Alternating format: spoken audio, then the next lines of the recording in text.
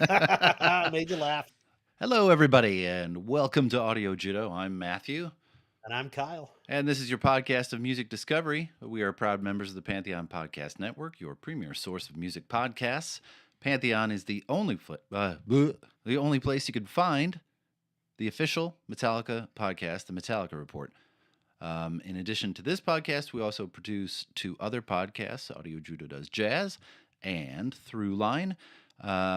And you can find those on Pantheon as well, or you can go to our website, audiojudo.com, or find them anywhere else that podcasts are podcasts. So, Wow. Kyle, Yes, Matthew. so every once in a while, a long while, a band or performer come along that you sincerely underestimate based on something you may have heard, maybe a previous band they may have played in, may hear about a poor performance or two through word of Sure. mouth, and sometimes you just don't give them a chance. And sometimes, even though you underestimate their talent level, you're kind of proven a little right because maybe you don't really like their music, but you respect their overall acumen. Like, for Sure. example, with Taylor Swift and me. I judged her based on the songs I heard, kind of vanilla. But while I still don't enjoy her music, I do respect her ability to market herself, you know? Sure. She's become an industry unto herself, and that alone is remarkable. It's pretty awesome. But then you have someone like this young man that we're going to talk about today, who I spent years underestimating, not Mm. knowing what he was capable of, even purposely avoiding his music to some degree because I didn't want to be let down and disappointed considering his pedigree and where he comes from. Um, so we are talking about Wolfgang Van Halen and his Mm. band Mammoth WVH and their second album, Two. Right? Dose? Dose. So I think it's no secret that I have been enamored with this album since I first listened to it about a year and a half ago. Yeah. I spent the entire summer of 2023 telling anyone who would listen about this particular record. I played it at parties, much like I would have 30 years ago when a new album came out and people just had to listen to. Remember the first time you heard Nevermind and you just had to share it with people. Yeah. That's how I felt. My wife got so sick of hearing it in the backyard because I would play it on repeat while doing yard work. I listened to it on runs. I listened to it in the car. I listened to it all the time. I even put it on my top 5 album list of 2021. Yeah. 2023. 2023. Yeah. And so recently, I wrote to a friend of mine that I was surprised by people's inability to see past the bridge of their own nose. Hmm. This was more related to politics, but whatever. Um, Nothing could be more true about this album and my judgment of this kid. I did not expect to hear what I heard, and perhaps I felt guilty that I had judged it before hearing it, and I have wanted to kind of share the revelation with everyone else. Like I feel bad now I want to share it. Who knows? What I do know is that this album rocks. Yeah. Um, it is fantastic. Uh, but before we talk about it, we should let's take a few minutes to talk about the band, the artist who made it, The Mammoth man. WVH. So Mammoth WVH is the brainchild and group moniker for one singular artist, Wolfgang Van Halen, aka Wolfie. Yeah. Wolfgang Van Halen was born in Los Angeles on March 16th, 1991, to the actress Valerie Bertinelli of One Day at a Time fame, and her musician husband, Eddie Van Halen, of the hard rock band Van Halen. That is going to be the hardest thing about this is constantly tracking whenever we say Van Halen, do we mean Wolfie's last name? Do we mean Eddie Van Halen? Do we mean the band Van Halen? Right, and So I referred to Wolfie as just Wolfie pretty much the whole way through. me too. It's like we're on a one first name basis with him, you know? Yeah, right? We're pals. And I know that seems like a pretty incomplete explanation for two people who have been in the public eye since the late 70s. Um, but maybe somebody doesn't know who these two people are. So Sure. the two were married in 1981 in a very high profile wedding, and the two were subject of tabloid fodder for years. Their marriage ended in 2001, but they remained very close, and Valerie was at Eddie's bedside when he passed away in 2020. They had one child, and Wolfie was him. So this child was blessed with the greatest of music households, right? Yeah. His father just happened to be one of the most innovative guitarists in the history of rock music, creating a whole breed of imitators of his own. And his uncle Alex just happened to be the drummer in his father's band. And he was also fantastically creative behind the drum kit. But because his father's band was so successful, by the way, the band sold more than 80 million copies worldwide, members of the Rock and Roll Hall of Fame, blah, blah, blah, blah, blah. It afforded Wolfie the luxury of a fully loaded home studio, 5150 Studios, where Eddie recorded a lot of the later Van Halen material. Yeah. Pretty much capable of anything musical from the time he was old enough to walk. It was always there. So, although his dad is a world-renowned guitarist, Wolfie's first instrument was the drums. He'd play around on Alex's kit. As we all know, hitting things with sticks is way more interesting than strumming the old banjo. Very true. And Alex gave him some impromptu lessons from time to time. And he didn't really begin learning the instrument until he was 9. He got his first kit as a gift from his dad when he turned 10. And then history plays a little loosey-goosey with the next part of his story. As most counts just say that, quote, at some point he moved on to guitar and bass and picked up some keyboards as well. Yeah. He learned to play by ear. Is that the understatement of the year, though? Yeah. Yes. He just, he moved on to some other Matthew, stuff. As you're well aware, all you have to do to learn to play an instrument is just pick it up and just you pick it up and you play with it for a few minutes, and then you're a master. And you can move on to the next one. It's easy. Apparently, and I read this in a few places too, that he just moved on to the next thing. And there's got to be more to that story. Maybe we're saving it for a book or something, but that's all we get for a while. So at some point during this period, he began to actively participate in the day-to-day goings-on of the Van Halen enterprise. And why wouldn't he? Most of it probably originated in his living room. Yeah. On the Van Halen tour in 2004, he began to make appearances on stage with his dad during the solo for the song 316, which is Wolfie's birthday, by the way. That's cute, 316. Then, in 2006, Eddie made the most ridiculous announcement on the Howard Stern show that shocked the rock and roll world. He said Van Halen was currently working on new music, A. They were welcoming David Lee Roth back into the band, B, right?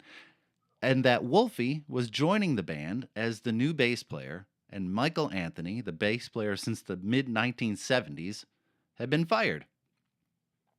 This kid, all of 15 years old, was going to join one of the most historic bands of all time on their first album in 8 years, and their first album with their original lead singer since 1984.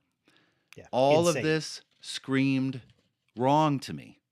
And this was definitely the point where I think I put up walls about Wolfie. This was such an Eddie move. He's a chronic control. He was a chronic control freak, right? He manipulated people. He discarded people to some degree when he felt it served his purpose. His dance with lead singers after David Lee Roth left was borderline abusive. So why would Michael Anthony be treated any differently? Well, what it screamed to me was Nepo baby. Yeah. That's what I'm thinking. Come on, man. Yeah. So then I'm thinking, wait. Maybe Wolfie's awesome. But then I started to think he's taking over for Michael Anthony. His parts were never that complicated. They were kind of borderline silly easy. His solo in concert was a joke and an excuse for him to pretend to down a fifth of Jack Daniels on stage while he played his Jack Daniels bottle-shaped bass. It was comical. So maybe the kid was just serviceable, So then 4 years go by. they tour on and off, sometimes with David Lee Roth, sometimes with Sammy Hagar, sometimes maybe both. I don't know. In 2012, the album that they had been working on for all these years, and the album that Wolfie played on, A Different Kind of Truth, was released. Hmm. And the album was really, really good. It's excellent. But what you also have to take into account is that almost all, and some accounts all, of the songs were actually written in the late 1970s and Yeah. were wheeled out by Eddie and redone. Um, so the bass parts on it are simple. There's no indication that Wolfie is a virtuoso at this point. He can play it, okay. Um, and the tour that followed was, very successful. I avoided it. I had seen them multiple times growing up, and I didn't want to be let down. I didn't. It's worth I say Go it's ahead. worth noting at this point too. Wolfie is 21 years old, so he's not. I mean, this is all he's known up to this point, True. right? Is just like Dad's band. I want to be part of Dad's band. I'm going to be part of Dad's band. I'm part of Dad's band. Right. Playing all, like you said, playing what are arguably the simplest parts in a Van Halen, ensemble. Exactly. Easy stuff. Yeah. So after the tour is over, Wolfie begins playing with Mark Tremonti, the guitarist of Creed and Alter Bridge, and it was announced that Wolfie would be joining his band, Tremonti, replacing bass player Brian Marshall. He played on the band's first 3 albums.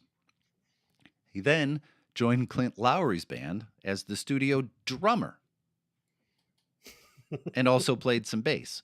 This point, Clint Lowry was the guitarist for Seven Dust. Um, Mhm.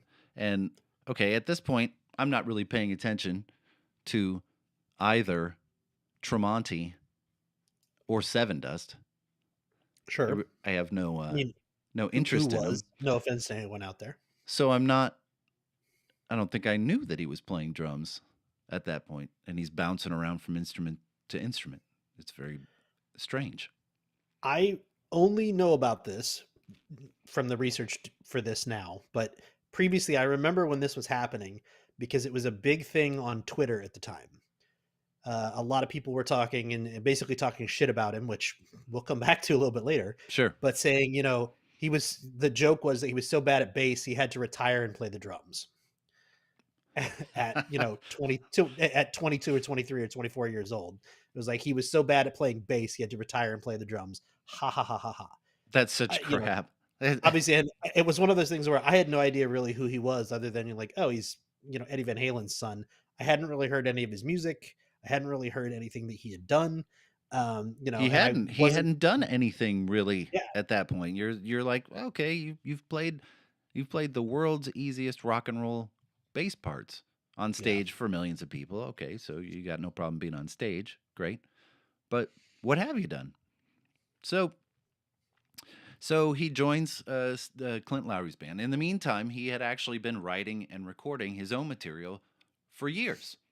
Yeah. And again, the availability of his dad's home studio, 5150, is a luxury that most musicians never have. So he utilized it, as he should. And Yeah. he finished his debut album in 2018, but he did not release it until the summer of 2021, following in his father's longstanding tradition of overthinking the record until you think it's right. Well, there was something else going on there too. Eddie was going through this period where he had throat cancer. Mm-hmm. His health was rapidly declining. And, in follow-up interviews, Wolfie has basically said, he wanted to release this, but he was super worried that releasing it, if it was successful, would suddenly overshadow his father in a way Mm, and, become you know, he didn't feel comfortable with that. The other possibility was if he released it and then something did happen with his father, suddenly this would fall into obscurity because he had, you know, who was he now? He was, true. the deceased Eddie Van Halen's son. So he kind of held on to it. It also meant that he could spend time with his father, not worrying about, even though the album was done and just sitting on a shelf, He wasn't worrying about trying to release it. He wasn't worrying about going on tour afterwards to support it. He shelved it and just was like, let's just sit on this and see what happens. I'd say that's legitimate. Yeah. So, as a homage, Wolfie decided to name his band Mammoth WVH. Eddie Van Halen's first band was named Mammoth before changing the name on the suggestion of David Lee Roth, who thought that Eddie was the showpiece of the band and his playing was going to sell the band in the first place. So, and then as it turns out, Wolfie played every single instrument on the album, so it was a solo record in that regard. So why not throw your initials at the end to differentiate it from his dad's first band? And Eddie Yeah. totally gave his son his blessing to use that name, which I still think is a great rock and roll name. Mammoth is awesome. Yeah. It really is. So when the first album was released in June of 2021, it was met with pretty fantastic reviews. It also did very well on the charts. Got to number 1 on the independent album chart, number 1 on the hard rock chart, number 1 on the rock chart, and number 12 on the Billboard Top 200. I would say that is a pretty substantial result. Yeah. The song Distance was nominated for a Grammy Award as well. I avoided the album for the most part, even though we were already 2 years into audio judo, and I should have at least been a little bit curious about it.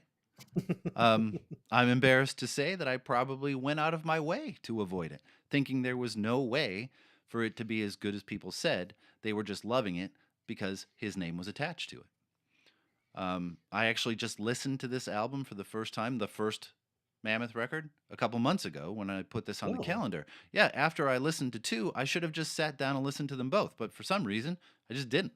And I actually think that the debut may be a tick better than the album we're going to talk about, because I think it's mixed cleaner. I think it's got a little bit of a better mix to it. I would agree with that. For sure. 2 sounds a little muddy and muffled in spots. There are some spots in this where you can really hear, like, especially the beginning of, I can't remember what track it is.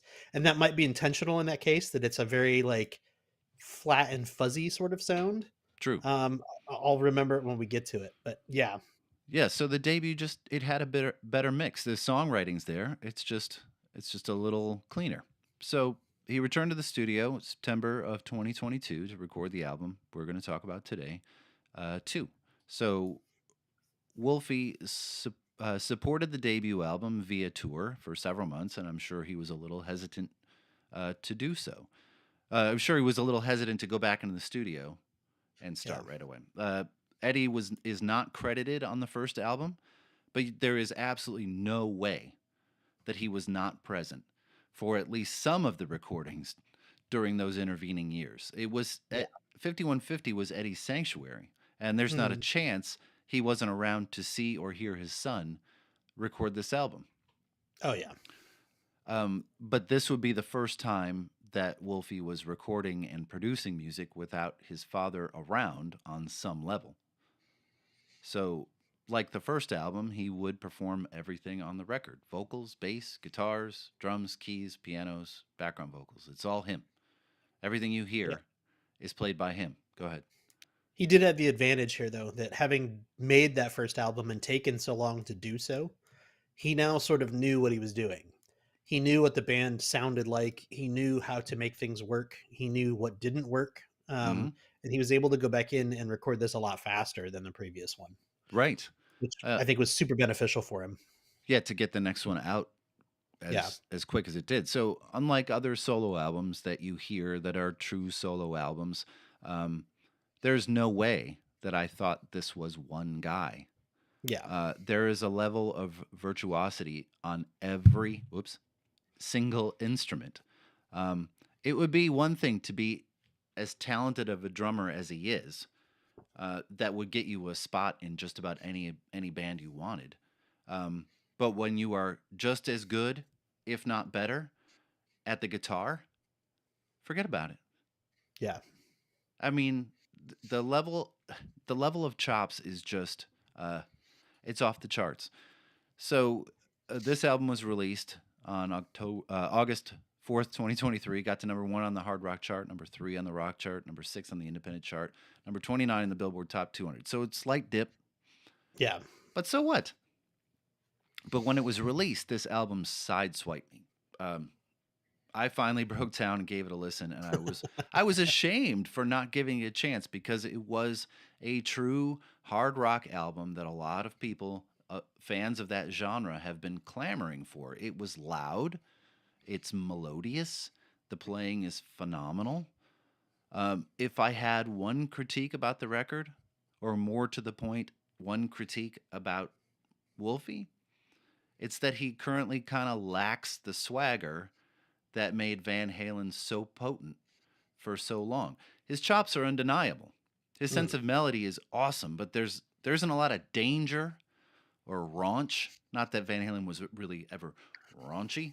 Um, that kind of made them, at least with David Lee Roth. Um, Mm. I've listened to him in interviews, and he hosts a radio show every once in a while. He's such a nice person, so Yeah. gentle, so down to earth. Nothing like the old interviews with David Lee Roth or Eddie. They were cocky and arrogant, and you kind of love that part of it. Um, and I think also the fact that he's the guitarist and singer on stage hinders him a little bit too. He's kind of Yeah. buried by the microphone. His dad used to prowl the stage. David Lee Roth, he owned the stage. Yeah. Um, but this is album two. You know, he's got a lot of time to go, and I think he's gonna get there. I think that would be I, my only critique. I also think too there's a generational thing there. In that, that was much more the way things were in the 80s when Van Halen, was at their height. And I think that there was much more of a, the idea that there were these, like just rock stars were just these huge figures, and they had to be huge, and they had to be larger than life, and they had to be cocky and arrogant and think that they were number one, and that they could score with every chick, and that they could be, they were gods. Right. And I think that now people don't want that in their rock stars anymore. They don't want them. They want them to act like normal people. They want to see, because we're so invasive in their lives now, where we can, they're on Twitter and they're on Facebook, and we can see what they were doing. Yeah. Oh, they went grocery shopping on Saturday. Look at what was in their cart. Ha ha ha ha. Ha. Because of stuff like that, I think people expect them to be much more human. And when they aren't, it backfires on them. It backfires because they're suddenly like, oh, this person, demanded that they get a new pancake when they were at IHOP because the first one they got was soggy. What a real piece of shit, and like we'll talk about that a little bit, when we're talking about the songs, because there are several songs about exactly that. Sure. But I think that he's actively seen like, hey, this has changed. I can be a real person. I can be myself. I don't have to be this godlike rock figure. I can be myself and not lose myself into that world like so many people from his father's generation did. Mm. Because I think that's part of it too, is he saw what happened to so many people from his dad's generation who just lost themselves into the rock and roll and ended up, burnt out on drugs, or, broke, or dead, and Mm. I think he saw that, even when he was a kid growing up in the 90s, he saw that and was like, that's not going to happen to me. And I think that's part of it as well. I think that's a fair assessment. Actually, I hadn't even thought about it like that. Again, coming from a generation that didn't have anything remotely close to social media, then Yeah. yeah, I wouldn't be thinking along those lines. But that makes sense. Well put, Kyle. That's why I'm the elder millennial and you're the you're the young Gen Xer, That's true. That's so weird. right? Album artwork. Yeah, cover of this is awesome.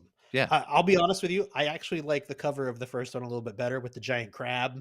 yeah, That's a cool picture, but this one's cool too. It's a skeleton sitting in a chair in the middle of the desert, staring at a small television that's a few feet in front of it. Behind him, off in the distance, is this old-looking building. Kind of looks like an old gas station or something, maybe, yeah. with a sign that says WVH on it. Off on the left, there's this little merry-go-round thing, kind of like the ones that you used to see at like a Burger King or a McDonald's sometimes. And off on the right, there's this coyote that's looking back at the basically, it's not a picture, but looking back at you. And then above them in the air are these fireworks going off. And I think this is definitely, like, whether intentional or not, I'd be curious to know if the song came first or if the cover came first. I think this is a direct line to the song "Another Celebration at the End of the World." I think so too. It's on this album. Yeah. I'd be like I said, I'd be very curious to know if it was, "Hey, design an album cover based on the name of this song," or, "Hey, your cover has inspired me to name my song this." That's a good, yeah, that's interesting. It's a hyper realistic painting. Yeah, Uh, art design was done by Chuck Brookman and Patrick Bertinelli. That yeah. sounds familiar. Chuck is a Hmm, multimedia producer. He owns a company called Tour Fuel, does a bunch of stuff in the industry currently. And Patrick Bertinelli is one of Wolfie's uncles. yeah. The cover art was completed by John Brosio. He also did the cover work for the first album. It's weird. His paintings usually have tornadoes in them, Yeah, he has a lot of tornado paintings and a lot of paintings where there's, like kind of like the first album cover like where a there's crab, like right? a giant misplaced animal. Like, Yeah, there's one where there's just a huge rooster standing overlooking at a city. It's like, "Alright, that's one style to go for, I guess." right. That's kind of what I have. It's an interesting choice, and it's called hyper realistic painting. I would Yeah. call it a hyper surrealistic painting because it is. It's Ooh, kind of surrealistic. It's I got would a, agree.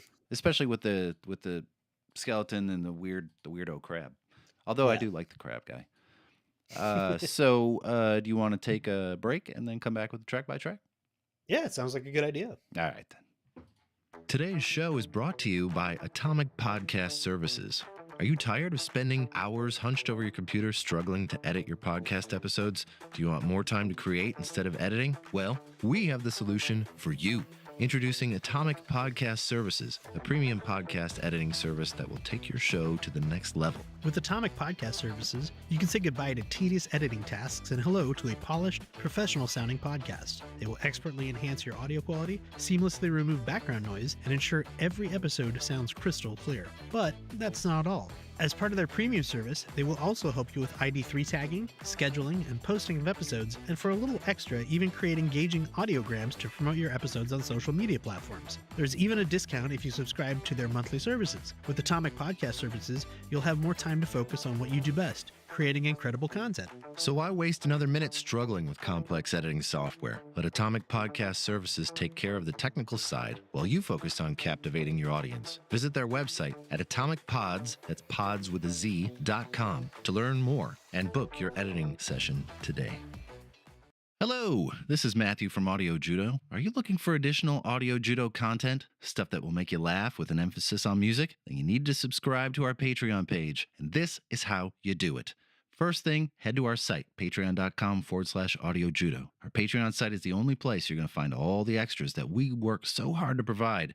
There are Judo Chops, which are mini episodes. There are bits that are taken out of episodes for whatever reasons. Some bloopers, some full interviews with artists like Steve Hackett from Genesis. We have 3 tiers currently. There is the Shout It Out Loud tier, which would only cost you $1 in the US. For that amount, you get a shout out by name at the end of each episode. For $5 a month, a little step up, the front row tier, you get a shout out on each episode, early access to full episodes, and access to all the bonus content. With a more significant investment, $20 a month, the Backstage Pass tier, you get everything that is available at the other tiers, a special personalized gift from Kyle and I. Most importantly, after paying for 1 year, you get to host an episode of Audio Judo with me and Kyle on the album of your choosing. We have completed several of these. They're a ton of fun. You can find the link to our Patreon account on our website, audiojudo.com. But if you can't find it there, it is patreon.com/audiojudo. Thanks for subscribing. And now back to the pro.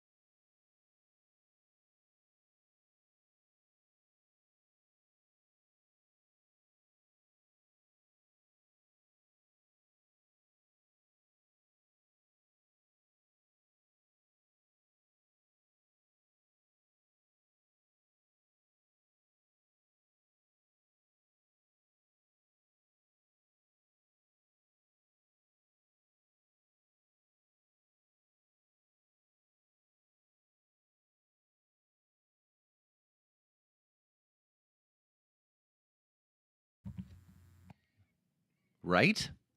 Right? That's how it's pronounced, right? There's a question mark, Right? right? So, I don't know, right? right? The first song is called Right Right? with a question mark. Uh, it's such a great, explosive beginning to the album. Yeah. It's rhythmic and jarring. It speaks volumes about the kid's innovative approach to writing music. In an interview, he was interviewed or talked about what this song had to say. He said, "I think this is a really great example of my mission statement as a songwriter in that it's incredibly heavy, at least from the perspective of Mammoth. There's practically a gent part after the solo, which is very different from anything we've done, but that doesn't get in the way of the melody. The title came from when I was joking around with the engineer, and I ended up saying right so loudly that the drum mics picked it up, and we decided to keep it because it was right on beat." So he That's uses the awesome. word gent there. I had to look that up. I I had no also idea had to what that look it was. up. Go ahead. It's a subgenre of heavy metal that has a really distinct guitar sound. So think bands like Meshuggah or Periphery or Tesseract. Yeah. Apparently, they are gent sounding bands. Yes. Um, So it's an onomatopoeia oh, of the guitar sound that characterizes it. oh, there So you that's the go. sound it makes. Gent, gent, gent. Gent, gent, gent. Sounds like this.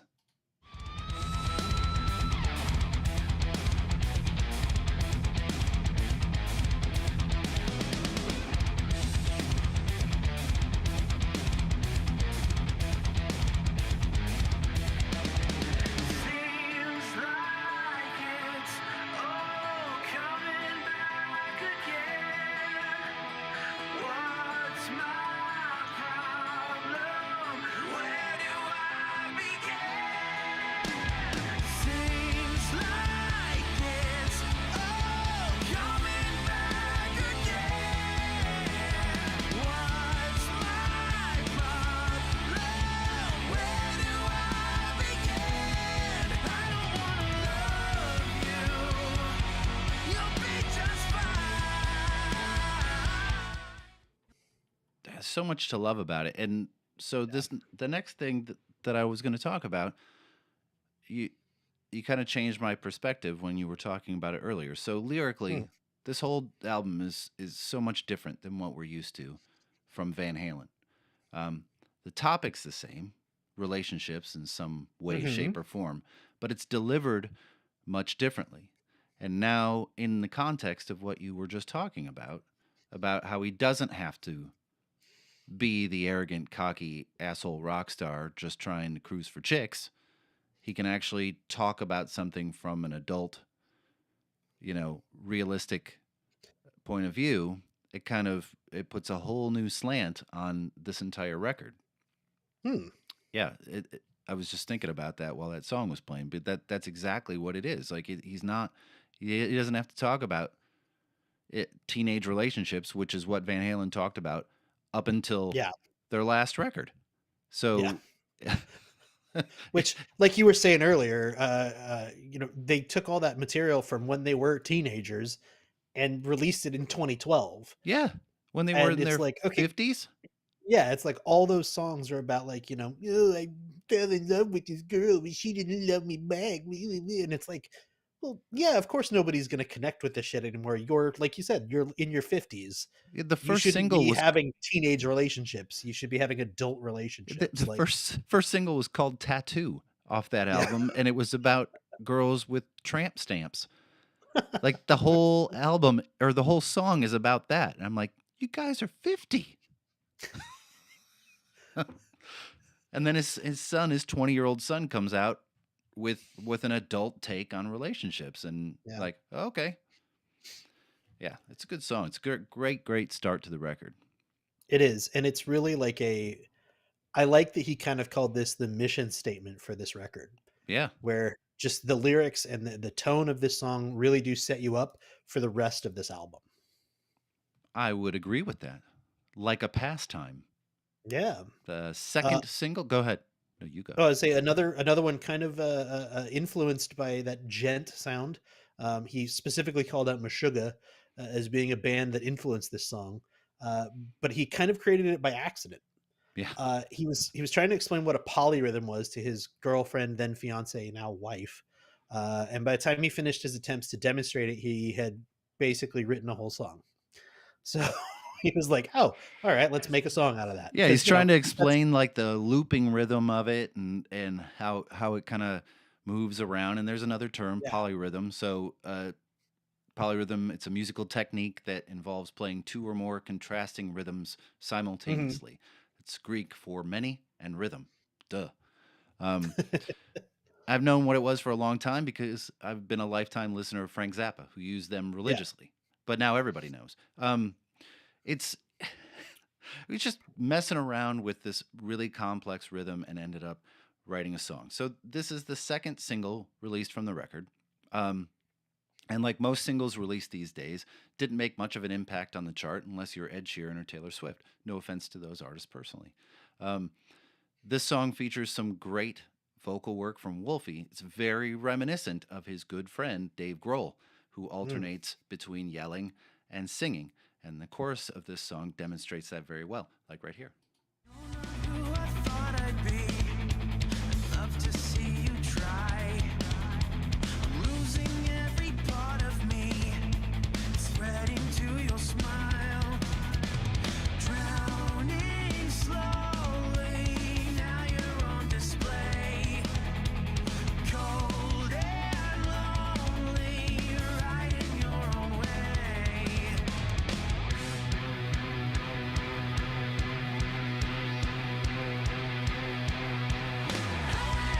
Bring me up like a pastime. Hey, bring me up to the downside. Let me down tonight.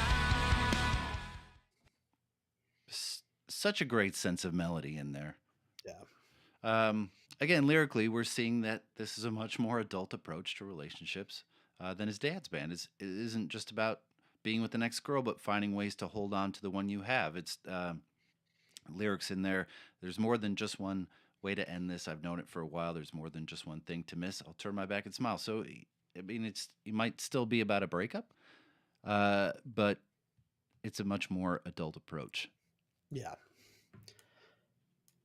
And Another celebration at the end of the world. heck yeah, this was the Like I said lead single. before, yeah, and I Yeah. think this is maybe, like I said, the either the inspiration for the cover or vice versa. The cover inspired this song, but Wolfie said of this quote, "That song is kind of what kicked off the whole creative process for the album. Considering it's kind of this fast, thrashy, almost punky song. It was a vibe that wasn't on the first album. It was really exciting to keep going and keep creating, and the solo was a really fun moment. So by the time we got done recording everything, it was so clearly the first single that everybody just knew it." Yeah, it's structurally a very interesting song. It's got Hmm. great stops and starts. Um, it's for sure something I've taken notice of is how much different his rhythmic writing is compared to Van Halen. You know, Hmm. his father was a drummer originally, and Alex played guitar until they switched when they were little kids. But Wolfie writes music from a whole different headspace. Um, these songs are definitely written with the drums in mind. There's even this weird empty space where he's banging on the cowbell. And while the guitar solos on the first two songs were good, this is where you start to hear the influence of Eddie. Yeah. Um, the solo section that sounds like this.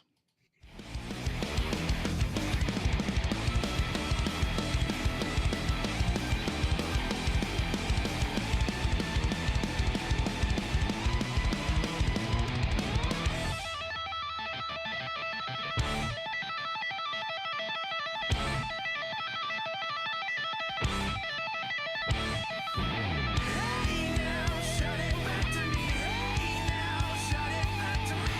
Hey now, shout it back to me. Let me breathe. Run, through blood and bone. You're all I want somehow, but now it's all alone. So don't lose hope. He's so good. You can hear the finger tapping, obviously, right? But there's so much more. It's strong work. And so, according to him, this song is about facing and overcoming adversity.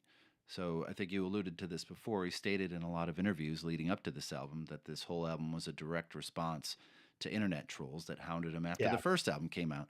People suck. People are awful. And I'm Well, sure those attacks were stupid shit like, you know, your dad was better than you and you're not your dad and shit like that. It's awful. yeah. I mean, I don't even think it was just when the first album came out. It was his entire career, because the minute it was like, hey, this 15, 16-year-old kid is going on tour with Van Halen and replacing our bass player who's been with us since the 80s. Okay, shit. He's immediately taking shit from everybody. Everybody. But he's 15 or 16 years old. How do you Yeah. deal with that? And every single person is not only, they're doing exactly that constant doubling thing where they're saying, you're not as good as your dad, you're not as good as your uncle, you shouldn't be in this band. And then they're immediately flipping that around and saying, like, what do you think, you're better than everybody? What do you think, why do you think you got here? You got here because of nepotism. You got here because of, your dad is, Eddie Van Halen and he just brought you in. Like, Right. that's crazy. So no matter how good he would have been in that situation, he could never live up to it. I was trying to remember, and I should have gone back and listened to the episode, and I didn't. When our Patreon supporter Scott, who's my cousin, came and did his episode on Van Halen, we were talking about Wolfie, Mm-hmm. and I was trying to remember if we did that on if we recorded that and it's in the episode, or if that was just in between. But I remember talking about him and saying, hey, he's somebody who just, how do you live in that shadow? I don't know. How do you live in that absolutely massive Eddie Van Halen shadow and be successful without letting people who are just the worst haters in the world take you down? Right. And And I carve your think- own path. Like, how do you do that? Exactly. And I think this album is him saying, this is how I'm going to do it. And I really don't give a fuck about the haters. Literally, he says that in a couple of songs. I do not give a fuck about the haters. I want you to know that I'm my own person. And yes, I was influenced by my successful father. I was influenced by the successful family, but this is me. This is what I can do. This is my sound. 100%. And I totally believe as well, like, the first album is the foundation, but this is the first layer. And I'm super excited to see where he goes after this, Me too. because I think he has a huge career ahead of him if he wants it. If he wants it. Exactly. Yeah, if he wants to keep going down this path. So, Miles Above Me? Miles above me? Miles Davis above you? Miles or- Davis, he's floating around up here. Yeah. Just... Yeah. That's exactly what he sounded like, too. I absolutely love this song so much. It's so well crafted and played. The melody's strong. The solo's good. He calls this his pop comfort Yeah. song, implying that this is a real stab at something you could hear on the radio. It's structured like a pop song for sure, but I feel like there's way more to it than that. When I read the lyrics for the first time, I kind of felt like this was about his dad, miles above me, up in heaven and such, or wherever, and this was a love letter to him. But now I think it's more about his then fiance, now wife. And I can relate. It's about feeling like your partner is better than you, or further ahead of you in so many ways. And no matter how hard you try, they'll just be out of reach in that regard. They're just good at everything. And I love the way the outro kind of sums it up. The lyrics are waiting for a chance to fall in love. You're miles above me. Will I ever be enough? I'm enough. And there's this great recognition of himself that he is good enough. And while he may never reach the loftiness that she is at, he's still good enough for himself. He's good enough for her. I think it's pretty great. And again, so lyrically different than Van Halen. Song sounds like this. Yeah. Wait for me, I'll wait for you. Tell me to, and I'll beg for you. Take control, call it out. Am I good for you now?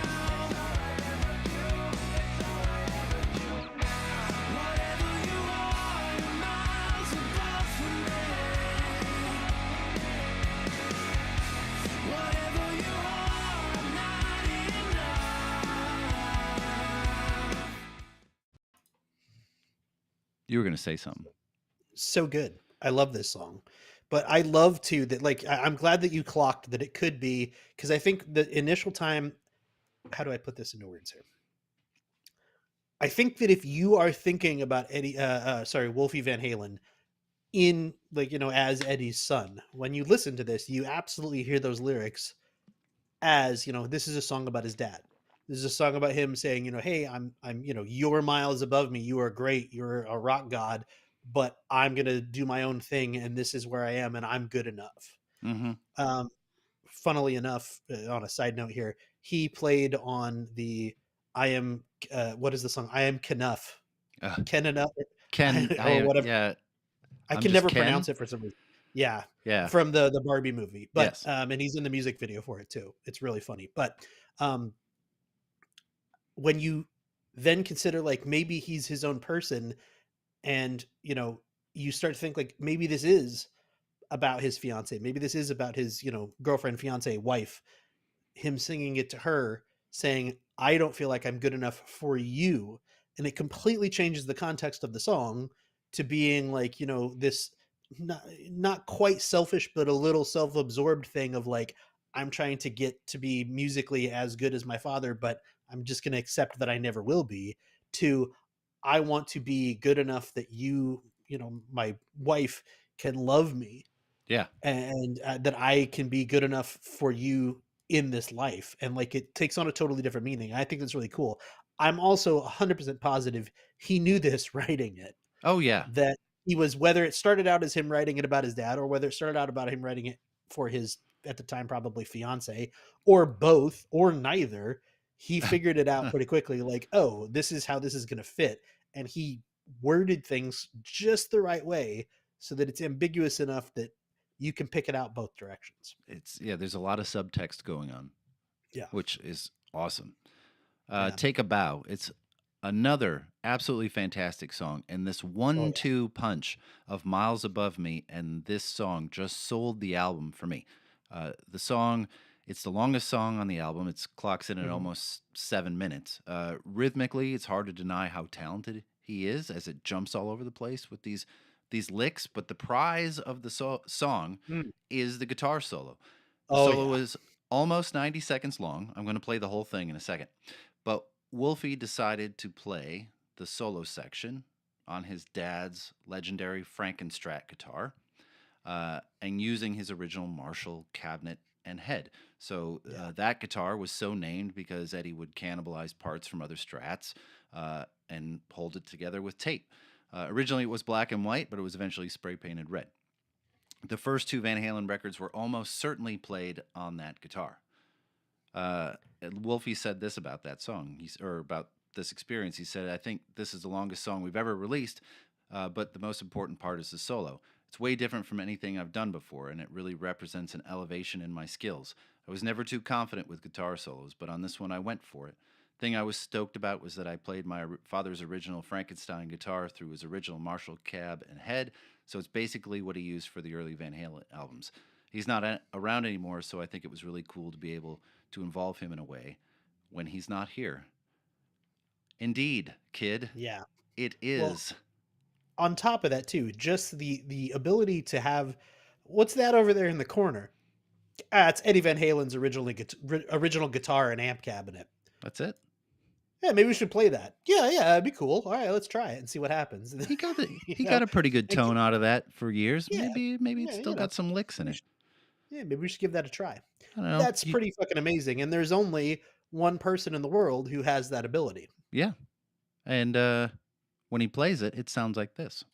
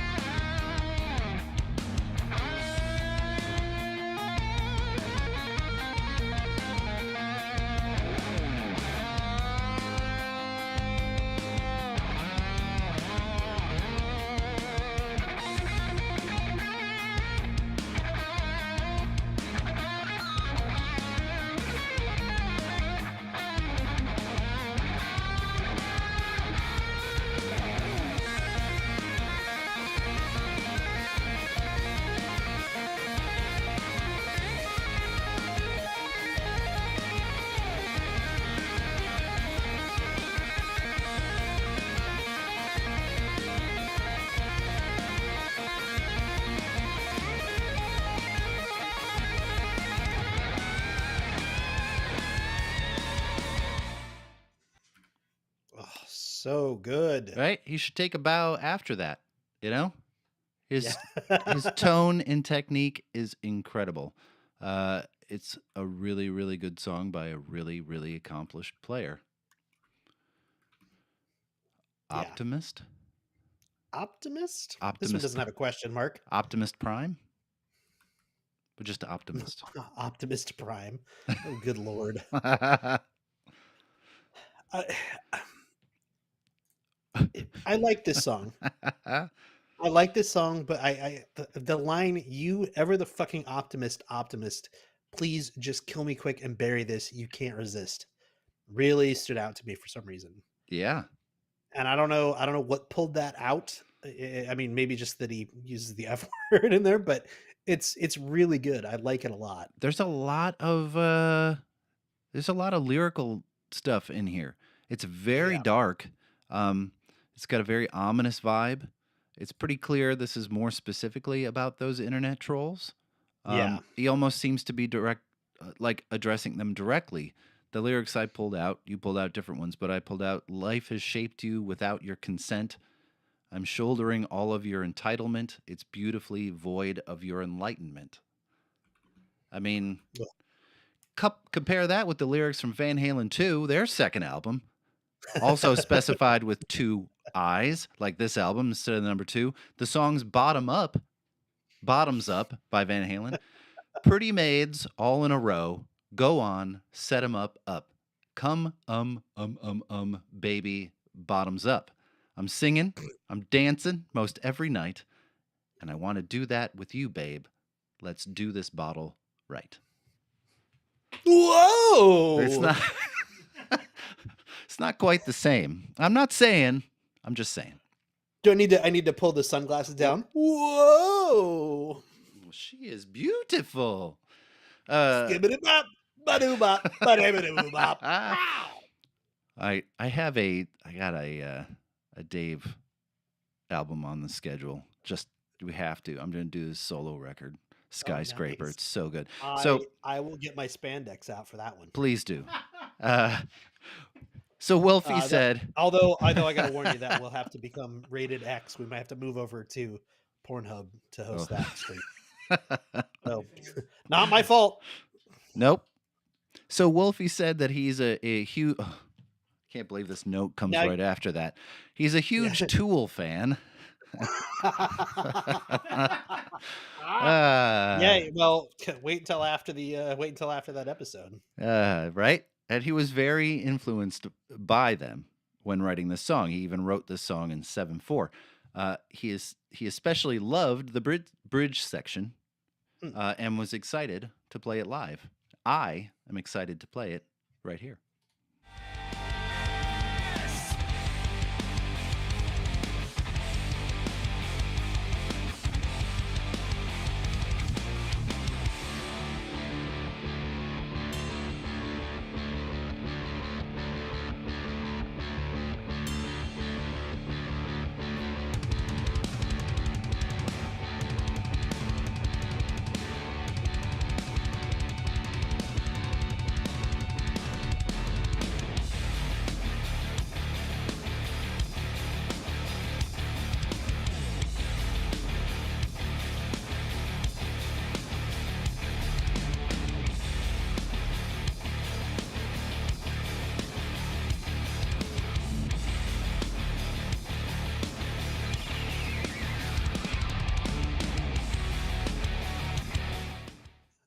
That squiggly guitar going out there. I love that. That is a song that in the car windows are vibrating. That part is just whoop. How loud can I make this?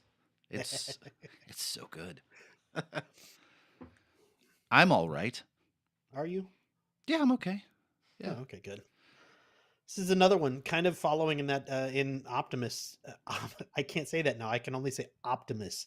Optimist. Footsteps. Wolfie said this is one where he explores personal reactions to people who attempted to boss him around. He also described it as his quote anthem for telling people to fuck off, which I thought was great. But it's another one where he's going after those internet trolls. He's saying, "Nope, screw you guys. I'm going to be myself. I am good. I am good enough. I am enough. I will do this. He literally says, he tells people to fuck right off in the song. Yeah. And it's funny. He said it's got the vibes of a classic rock song, right? Those are his words. And I mean, he's not wrong. It has the slide down the neck of the guitar. Yeah. Classic hard rock move or hair metal move. And then he's banging out this one chord on the piano as the song ramps up, just like pounding on it. It's a rock radio staple.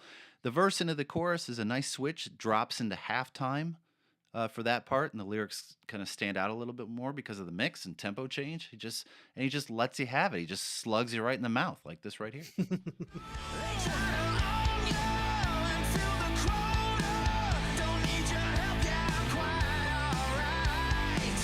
You've got a auto, your back's against the wall. Now walk right into the light. Sorry, so sorry.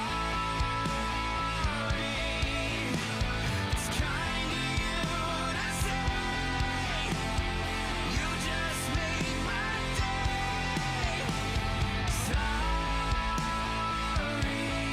I'm so sorry. It's kind of you to say. Fuck off and back away and let me breathe. That's great. He is absolutely beating the shit out of that piano key. He is. He's just. And it's interesting. I kind of had put this on later. This part it's interesting to wonder about if Eddie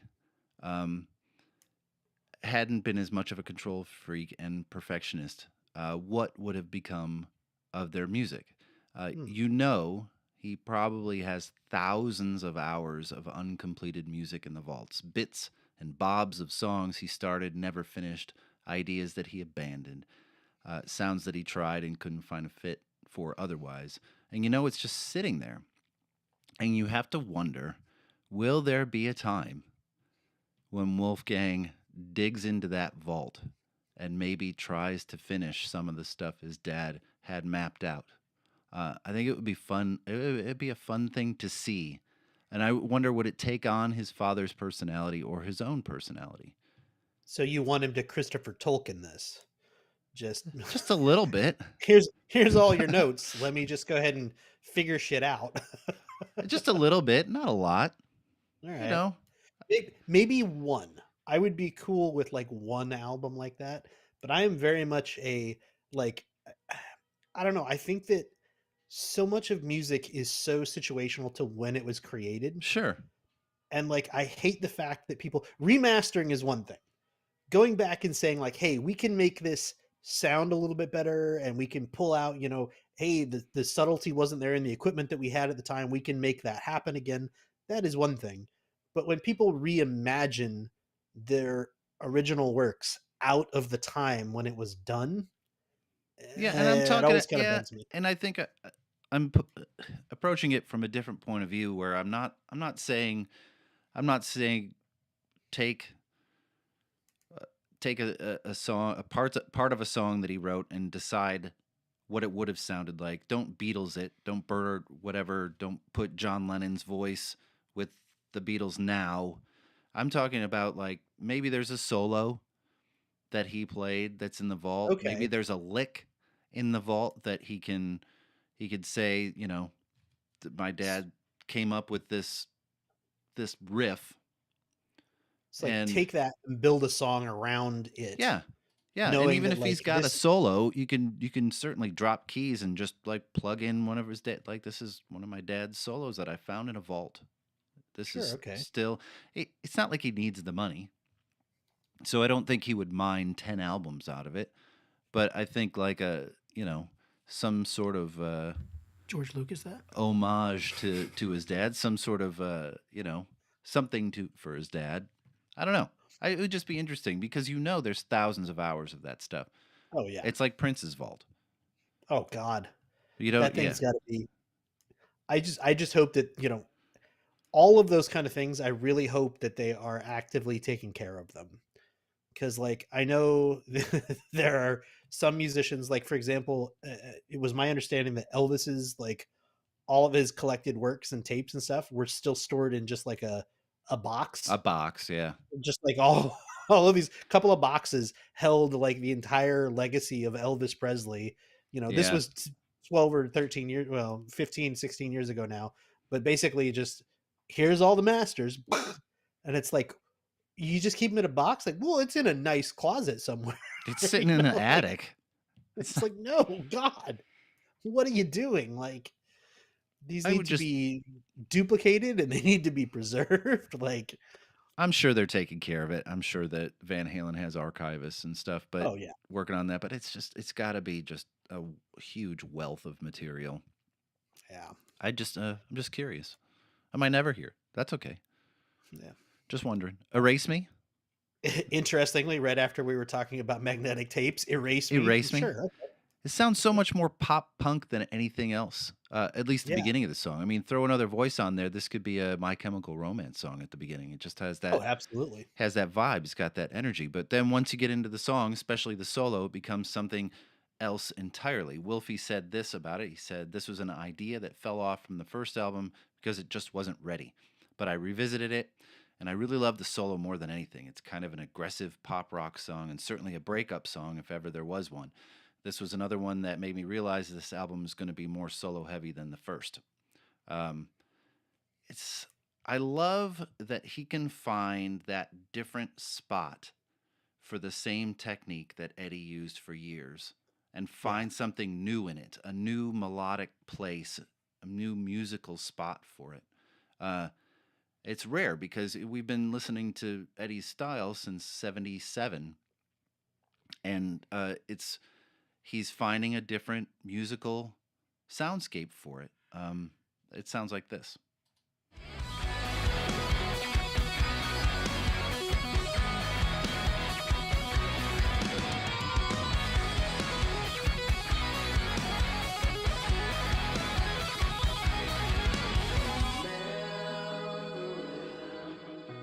I kept falling under, surrendering, but now you're all alone. Erase me now. It's taken years to finally figure out.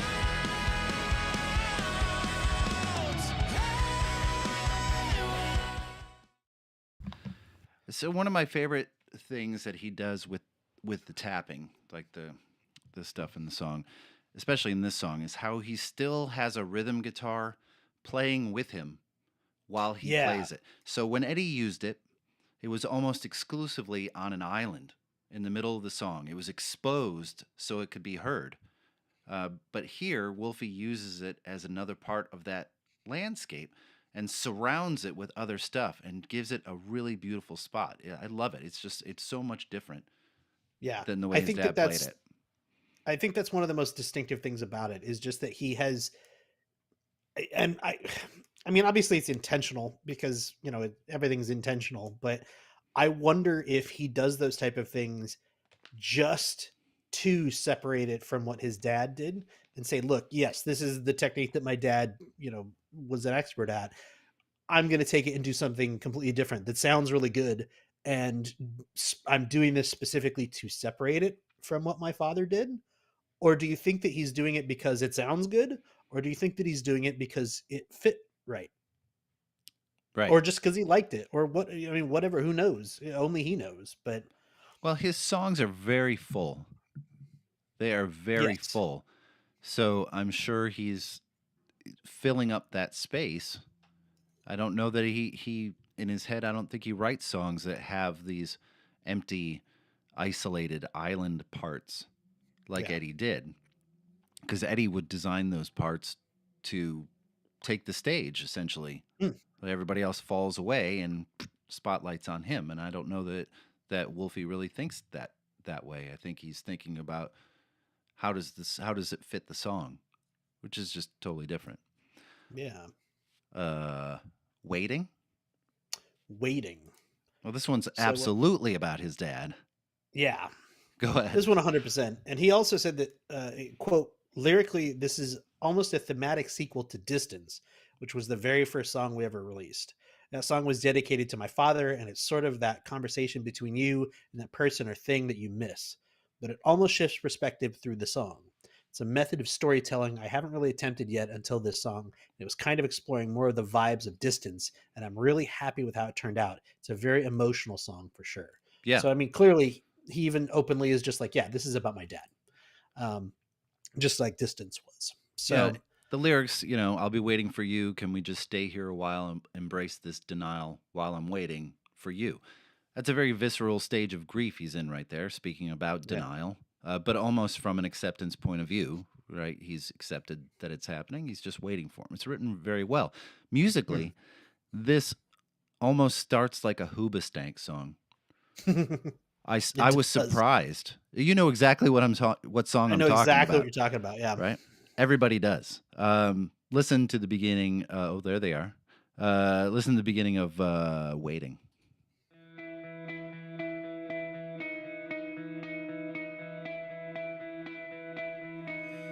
I'll be waiting for you. I'll be waiting for you.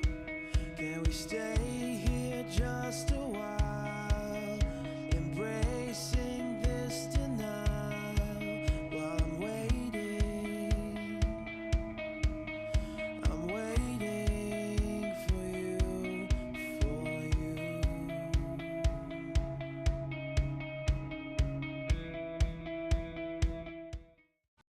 See, even when it grows and blows up, it still sounds like that particular era. And if I'm completely honest about it, this is my least favorite song on the record.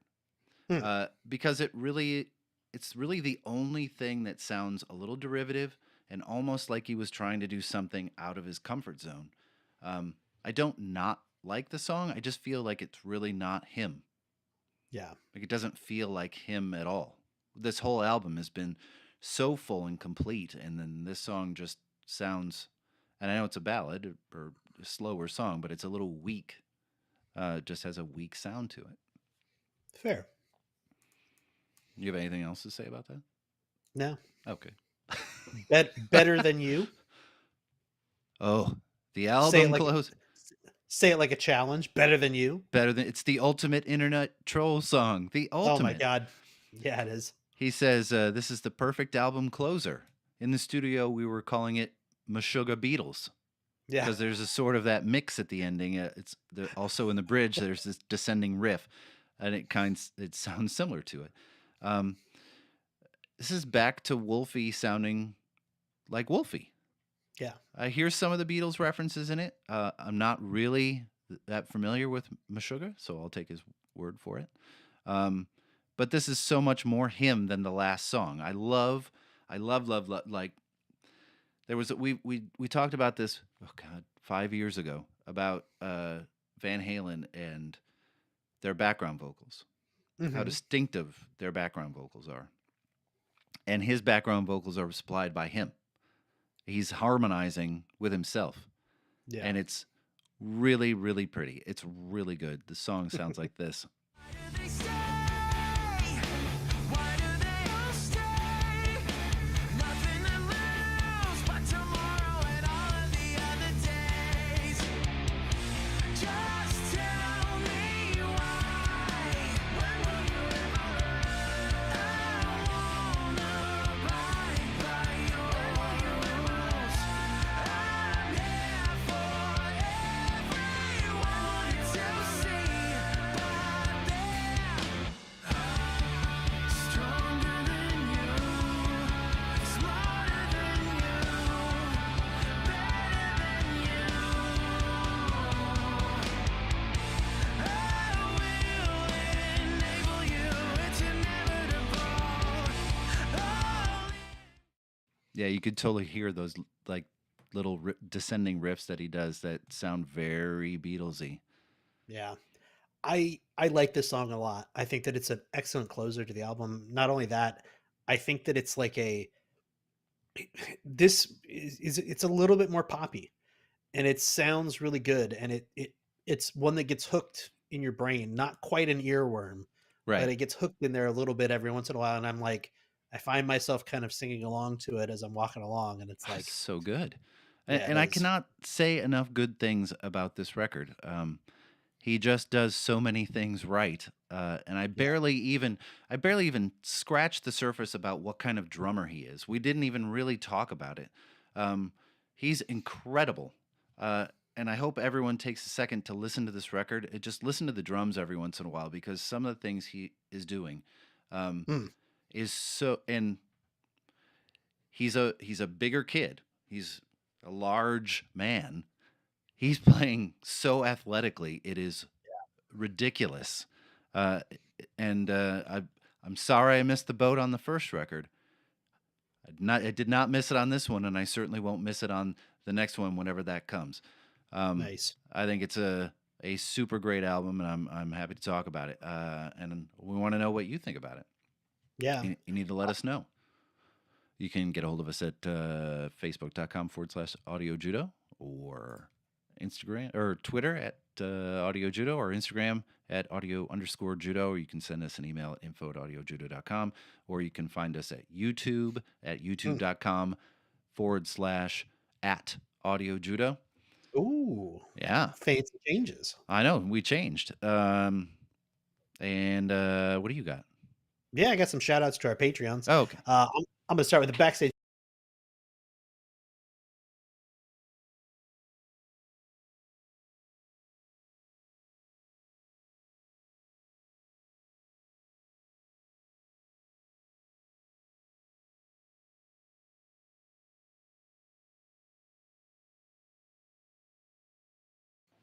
We do. So coming Not up, not physically, but more of no, a no, just emotional love. yes, exactly. We have our holiday episode coming up, Yeah. and we have our top 10 albums of the year coming up. Oh boy. And I think there's something wedged in between those two, but I can't remember. I Hmm. think it's a Genesis record. Well, it'll be a surprise for somebody. I think it will be. It was a surprise for me right now when I look Oh at the my god. calendar and go, "What? Why did I do Why, that?" why are we doing this? All right. Okay. But other than that, we're glad you're here. We hope you go back and listen to, I don't know, 145 other episodes Oh, besides this one. Coming I up had on to, 150 episodes, Matthew. yeah, Good I had to God. look. I had to look. I lost track of the number. I know every time I write that number, I'm like, wow, This is 147. this is 147? Which one did I miss? Well, shit, now I got to go back through. My counting system is all, it's over. Forget it. You got to listen from the beginning again, Matthew. I'm sorry. Start all over. But we're glad that you're listening. Yeah. But other than that, we will talk to you again in 2 weeks. Until Yeah. then, Take care, everybody. bye bye.